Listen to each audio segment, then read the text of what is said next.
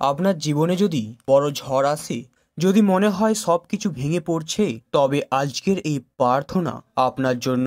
গীত সংহিতা 46 বলে, ঈশ্বর আমাদের আশ্রয় ও শক্তি। এই বাক্যটাই আমাদের জীবন পরিবর্তন আনতে পারে।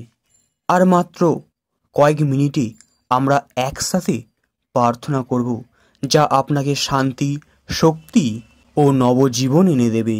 পুরো প্রার্থনাটি শুনুন, কারণ শেষ পর্যন্ত থাকলে আপনি ঈশ্বরের অসীম করুণা অনুভব করবেন। আপনার ঝড় থামাতে প্রস্তুত তো? আসুন আজ আমরা সেই প্রার্থনা করি।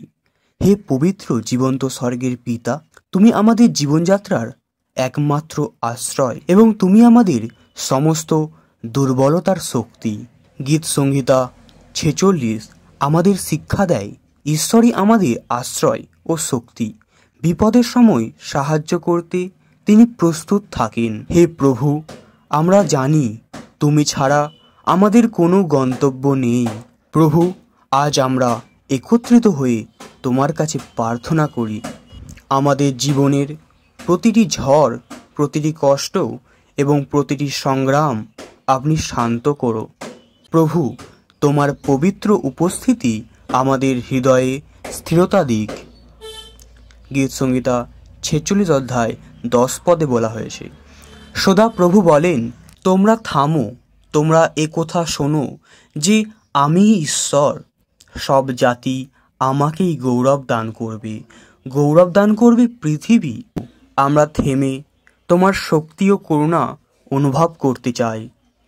হে দয়াময় ঈশ্বর, আমাদের চারপাশে পৃথিবী যদি কেঁপে ওঠে, যদি পর্বতমালা সমুদ্রে ডুবে যায়, তবু আমরা ভয় পাব না, কারণ আমরা জানি যে তুমি আমাদের পাশে আছো। প্রভু, আমাদের ভয় দূর করো, আমাদের বিশ্বাস দাও, কারণ তুমি সর্বশক্তিমান। প্রভু, আমাদের জীবনের সেই অংশগুলোই আলো দাও যেখানে অন্ধকার জমে আছে। আমাদের প্রতিটি সিদ্ধান্তে জ্ঞান এবং তোমার ইচ্ছা প্রদর্শন করো। গীত সংহিতা 46 আমাদের স্মরণ করিয়ে দেয় যে তুমি নদীর মতো শান্তি নিয়ে আসো। প্রভু, আমাদের জীবনেও সেই শান্তি দান করো। প্রভু, আমাদের পরিবার এবং প্রিয়জনের আশীর্বাদ করো। যারা সংগ্রাম করছে তাদের জন্য তোমার সাহায্যের হাত বাড়িয়ে দাও।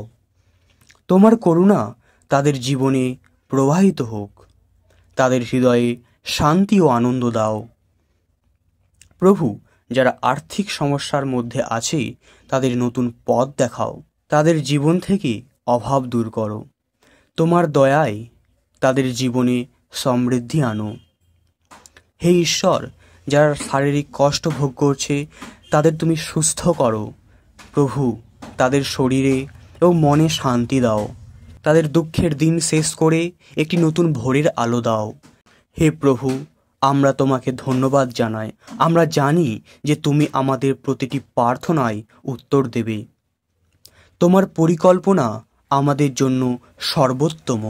আমাদের জীবনকে তোমার ইচ্ছার পথে পরিচালিত করো। হে প্রভু, তুমি মহান, তুমি অনন্ত। আমরা তোমার মহিমার সামনে নত হয়ে এসেছি। আমরা জানি তুমি আমাদের জীবনের প্রতিটি ঝড়ে আমাদের সঙ্গে আছো। তুমি আমাদের একমাত্র আশ্রয়। যখন আমরা দিশাহীন হয়ে পড়ি, তখন তুমি আমাদের পথ দেখাও। তুমি আমাদের শক্তি এবং একমাত্র পথ। প্রভু, আজ আমরা তোমার কাছে আরও গভীরভাবে প্রার্থনা করি। আমাদের ভাঙা স্বপ্নগুলোকে তুমি নতুন করে গড়ে তোলো। আমাদের মধ্যে যে সংশয়, যে অবিশ্বাস, তা তুমি দূর করো। আমাদের বিশ্বাসকে তুমি আরও দৃঢ় করো, যাতে আমরা তোমার উপর সম্পূর্ণভাবে নির্ভর করতে পারি। হে দয়াময় প্রভু, আজ যারা হতাশায় নিমজ্জিত তাদের জন্য আমরা প্রার্থনা করি।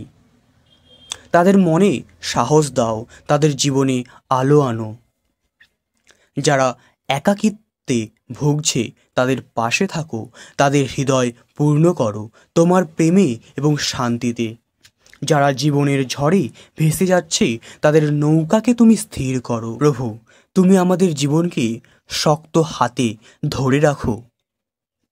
আমাদের শেখাও কিভাবে তোমার ওপর নির্ভর করতে হয়।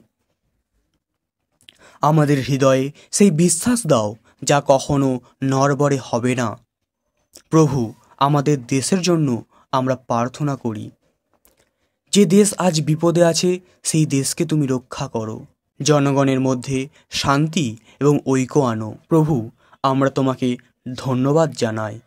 আমাদের জীবনের প্রতিটি মুহূর্তে তোমার করুণা এবং প্রেম আমাদের ঘিরে রেখেছে। আমরা জানি যে তুমি আমাদের সব প্রার্থনা শুনছ এবং আমরা নিশ্চিত যে তুমি আমাদের জীবনে কাজ করছো। আমাদের শেখাও কিভাবে তোমার নামের মহিমা বৃদ্ধি করতে পারি। আমাদের জীবন তোমার ভালোবাসার সাক্ষ্য দিক। তোমার আশীর্বাদে যেন আমরা দুঃখকে আনন্দে রূপান্তরিত করতে পারি। এই প্রার্থনা জীবন্ত যীশু খ্রিস্ট তোমারই নামেতে চাই। Amen, amen, amen.